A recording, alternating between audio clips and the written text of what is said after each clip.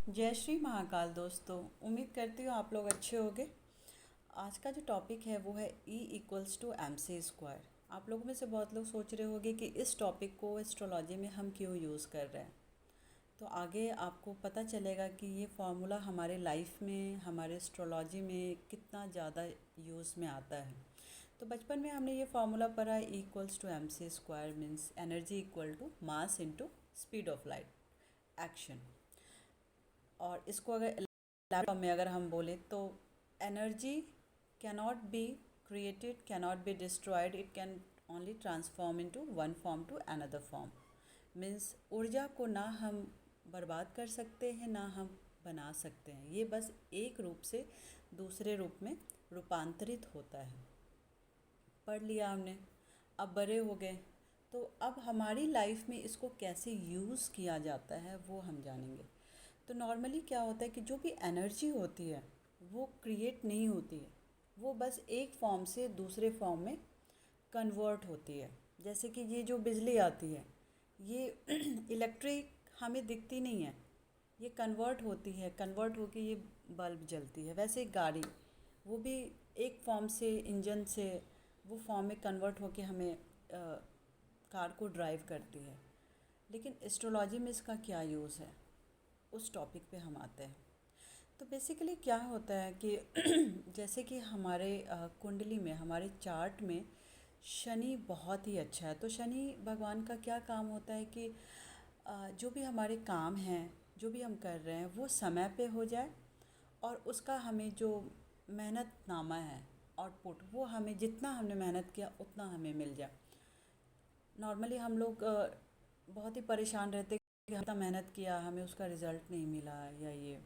तो वो नॉर्मली यही होता है कि शनि की महादशा या साढ़े साती बहुत लोगों को बहुत पीड़ित करती है। तो होता है कि जिनकी शनि बहुत अच्छी है तो उनको उनका जो मेहनत है उसका फल उससे मिल जाता है।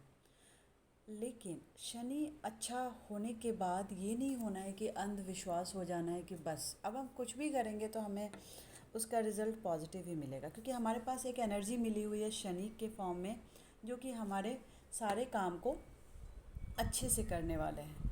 लेकिन अगर हम शनि से रिलेटेड चीज़ें, जैसे कि अ, काम करने वाले सफाई कर्मी हो गए या गार्ड हो गए या हमारे अंदर काम करने वाले लोग, सेवक लोग, उन लोगों को अगर हमने उनके बारे में बुरा सोचा या उनको परेशान किया या उनको उनका मेहनतनामा नहीं दिया, तो हमने क्या किया, जो अपने शनि की जो पॉजिटिव एनर्जी थी उसको हमने कन्वर्ट कर दिया दूसरों को परेशान करने में। तो वो क्या हो गई, पॉजिटिव एनर्जी से नेगेटिव एनर्जी में कन्वर्ट हो गई। और धीरे धीरे अगर ये अनवरत चलता रहा तो एक टाइम के बाद जो हमारे पास जो एनर्जी है पॉजिटिव शनि की, वो धीरे धीरे कम होती चली जाएगी या एक टाइम के बाद ख़त्म हो जाएगी। तो तब जाके शनि हमारा ख़राब हो गया तो फिर हमारे मेहनत का फल हमें मिलना बंद हो जाएगा। तब हम बोलेंगे कि शनि तो हमारे चार्ट में बहुत अच्छा है, हमें फल क्यों नहीं मिल रहा। उसी तरीके से बुध का होता है कि बुध जो होता है वो अ, अच्छे कम्युनिकेशन के लिए, व्यापार के स्किल्स को अच्छा करने के लिए बुध का रोल आता है। तो बुध हमारे अगर चार्ट में अच्छा है, लेकिन अगर हमने व्यापार में धांधली करी, किसी को चीट किया या बुध से रिलेटेड रिश्ते, बहनों से अपने रिश्ते ख़राब किए, तो क्या होगा कि या हमने किसी को कुछ भी अनर्गल कुछ बोल दिया, तो उससे क्या होगा कि बुध का जो फल है, वो एनर्जी, जो पॉजिटिव एनर्जी थी, वो हमने कन्वर्ट कर दिया दूसरों को परेशान करने में, दूसरों को चीट करने में। तो बुध की एनर्जी धीरे धीरे कम हो जाएगी। वही शुक्र, शुक्र जो है वो लक्ष्मी का प्रतीक है, और कांति, जो आप देखते हो बहुत लोग के जो काया में ही चमक होती है, वो वैभव, इन सब का प्रतीक होता है। शुक्र मान लो हमारी कुंडली में अच्छा है, लेकिन शुक्र से रिलेटेड जो रिश्ते होते हैं, जैसे कि हमारी पत्नी, अब पत्नी को हमने परेशान किया या हमारी वजह से वो दुखी है, वो खुश नहीं है, और हमें पता भी है कि वो परेशान है, लेकिन हम एफ़र्ट नहीं लगा रहे हैं कि उसको, या वो जो डिज़र्व करती है प्यार मोहब्बत, वो हम उसको नहीं दे रहे हैं, तो कहीं ना कहीं हम अपने अच्छे शुक्र को ख़राब कर रहे हैं।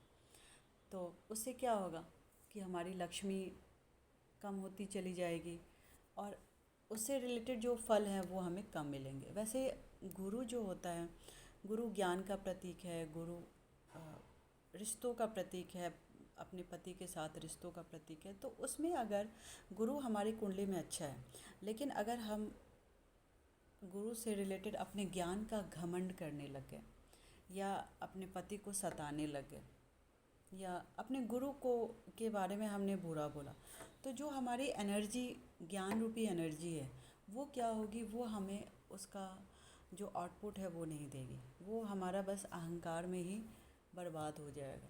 वो हम उससे कुछ, किसी का कल्याण नहीं कर पाएंगे। उसी तरीके से जो मंगल है, मंगल पराक्रम का प्रतीक है, और कोई भी चीज़ को करना है उसका प्रतीक है। अब अगर मंगल हमारे कुंडली में अच्छा है, लेकिन हमने क्या किया कि किसी को जैसे भी करके हमने रिज़ल्ट पाना, या अपने भाइयों से अपना रिलेशन ख़राब किया, तो जो हमारी हमने क्या किया, अपनी एनर्जी को अपने भाई को परेशान करने में यूज़ किया। तो क्या होगा कि वो मंगल जो हमारा अच्छा है वो कन्वर्ट हो गया पॉजिटिव से नेगेटिव। तो एक टाइम के बाद जो मंगल का रिज़ल्ट है वो हमें नहीं मिलेगा। तो चंद्रमा, चंद्रमा हमारे मन का प्रतीक है और माता का प्रतीक है। तो चंद्रमा अगर हमारे कुंडली में अच्छा है, और लेकिन अगर हमने अपनी माता को सताना शुरू किया, या जो अपने मन में किसी के बारे में बुरा भाव लाना शुरू कर दिया, तो जो चंद्रमा एक प्लैनेट जो हमें और ये मनी का भी प्रतीक है, धन का भी। तो अगर हमारा चंद्रमा अच्छा है, लेकिन अगर हमने अपनी माता के बारे में ख़राब सोचा, और या माता तुल्य लोगों के बारे में ख़राब सोचा, या पैसों की रिस्पेक्ट नहीं करी, तो क्या होगा, एक समय के बाद चंद्रमा धीरे धीरे, जो एनर्जी चंद्रमा ने हमें दी थी वो धीरे धीरे ख़त्म हो जाएगी। तो तंत्र जो होता है वो वही होता है कि अगर तंत्र का अगर हमने गलत उपयोग किया किसी को दुखी पहुंचाने के लिए, और जिस रिश्ते को ख़राब करने के लिए हमने तंत्र का यूज़ किया, तो वो एनर्जी हमारी, हमने अपनी एनर्जी यूज़ करी, हमने अपना पावर यूज़ किया, तो एक टाइम के बाद क्या होगा कि वो ग्रह ख़राब हो जाएगा। तो इसलिए हमेशा बोला जाता है कि जितनी शक्ति हो, जितनी भगवान ने कैपेसिटी दी हो, हमेशा सबका अच्छा सोचो, सबका अच्छा सोचो। किसी ने अगर बुरा भी किया है ना, तो भी उसका बुरा मत सोचो, मुंह से मत निकालो, क्योंकि जब आप मुंह से किसी के बारे में बुरा सोचते हो या किसी के लिए बुरा करते हो, तो कहीं ना कहीं आप अपनी ऊर्जा लगाते हो किसी को बुरा करने में। वो कहीं से क्रिएट नहीं होता, वो बस कन्वर्ट होता है अच्छा से बुरा। तो सबका भला सोचो, सबका अच्छा सोचो, तो भगवान आपका भी अच्छा करेगा। तो अब आप समझ गए कि ये E=MC² एस्ट्रोलॉजी में कितना उपयोग होता है। तो एस्ट्रोलॉजी जो है, ज्योतिष शास्त्र जो है, वो अंधविश्वास नहीं है, ये कंप्लीट एक वैज्ञानिक फॉर्म है। जिन्होंने अगर अच्छे से पढ़ा इसको, तो वो इसकी महत्ता को समझ पाएंगे, नहीं तो और सबके लिए ये एक अंधविश्वास है। जय श्री महाकाल।